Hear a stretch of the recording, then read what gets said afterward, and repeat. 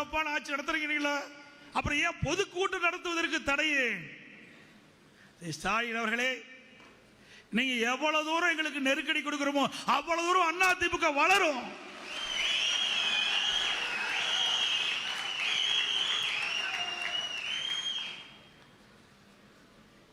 இன்னொன்னு இருமார்பு பேசுறார்.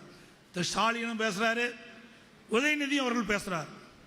அடுத்து வருகின்ற 2026 சட்டமன்ற தேர்தலில் திராவிட முன்னேற்ற கழக கூட்டணி 200 இடங்களில் வெற்றி பெறும் சொன்னார். நீங்க பகல் கனவு கண்டுகிட்டு இருக்கிறீங்க. கிராமத்தை சொல்லுவாங்க, கூரை ஏறி கோழி பிடிக்க முடியாதவன் வானை ஏறி வைகுண்டம் போனானாம். அந்த கதையாத்தான் இருக்குது ஸ்டாலின் சொல்றது. ஸ்டாலின் அவர்களே, உங்க கனவு ஒருபோதும் நிறைவேறாது. ஏனென்று சொன்னால், எனக்கு முன்னாலே அண்ணன் KP முனுசாமி சொன்னதை போல இங்கே அரங்கத்தில் இருப்பதை விட பல மடங்கு வெளியிலே நம்முடைய நிர்வாகிகள் கூடியிருக்கின்றார்கள். நான் உள்ள திருமண மண்டபத்திற்குள் நுழைவாயில் நுழைகின்ற பொழுது என்னை அப்படியே அழகா தூக்கிட்டு போய் வெளியே வச்சுட்டாங்க. எழுச்சி பிறந்து விட்டது, அதுவே வெற்றி.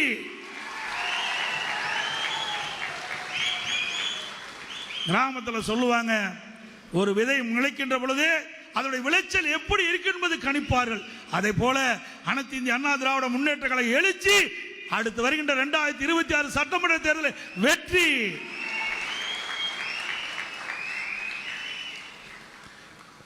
இன்னொருவரும் திமுக இருக்கிற குடும்ப உறுப்பினர் திருமதி கனிமொழி அவர்கள் சொல்றாங்க, இருமாப்போடு சொல்லுகிறேன். இருமாப்போடு சொல்றாங்களாம் திருமதி கனிமொழி 200 இடத்துல வெற்றி பெறும். ஏதோ கனவுல வந்திருக்கும், நனவாகாது. திருமதி கனிமொழி அவர்களே, கனவில் உங்களுக்கு வந்திருக்கும், நனவாகாது. நீங்க 200 தொகுதி சொல்றீங்கல்ல, அது அதிமுக கூட்டணிக்கு பொருந்தும்.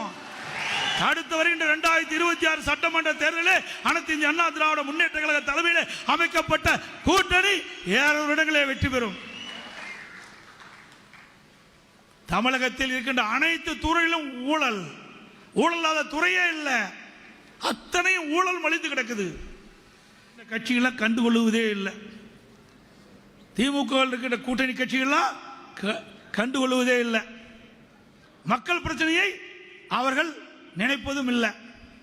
திரு ஸ்டாலின் பேசுகிறார், திராவிட முன்னேற்ற கழக தலைமையிலே அங்கம் வைக்கின்ற கூட்டணிகள்லாம் ஒரே கொள்கையுடைய கட்சின்னு. அப்படின்னு எதுக்கு தனித்தனி கட்சி வச்சிருக்கிறீங்க? எல்லாம் திமுகவோடய சேர்த்திடலாம்.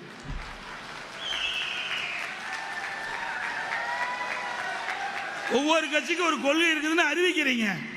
திமுக தலைவர், திமுக தலைமையில் அங்கம் வைக்கின்ற கூட்டணிகள் எல்லாம் ஒரே கொள்கையுடைய கட்சின்னா அப்புறம் மற்ற கட்சியெல்லாம் கலைச்சிட்டு திமுக இணைச்சிட வேண்டியதுதான். அண்ணா திமுக அப்படி இல்லை. எனக்கு முன்னாலே தலைமை கழக செயலாளர் கொள்வது போல கூட்டணி என்பது தேர்தல் நேரத்தில் அமைக்கப்படுவது, வாக்குகள் சிந்தாமல் சிதறாமல் அதை பெறுவதற்காக அமைக்கப்படுவது கூட்டணி.